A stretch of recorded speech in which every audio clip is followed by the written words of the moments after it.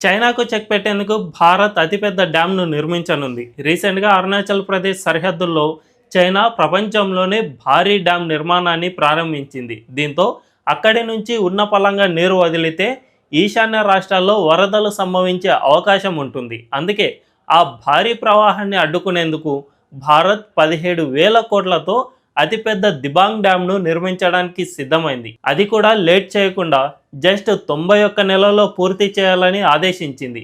278 మీటర్ల ఎత్తుతో కట్టనున్న ఈ డ్యాం భారత్లోనే ఎత్తైన ఆనకట్టగా రికార్డులకు ఎక్కనుంది. అంతేకాదు ఈ డ్యాం ద్వారా ఏడాదికి 11,223 మిలియన్ యూనిట్ల విద్యుత్ సైతం ఉత్పత్తి కానుంది. కాబట్టి ఈశాన్య రాష్ట్రాలకు విద్యుత్ సరఫరా కూడా అందుతుంది. దీంతో చైనా కుట్రలకు చెక్ పెట్టినట్టయింది. ఆ దేశం మనల్ని ముంచేయడానికి భారీగా నీళ్లు వదిలినా మనకు అస్సలు నష్టం కల్పించదు సరికదా, మనకు విద్యుత్ ఉత్పత్తికి సైతం ఉపయోగపడుతుంది.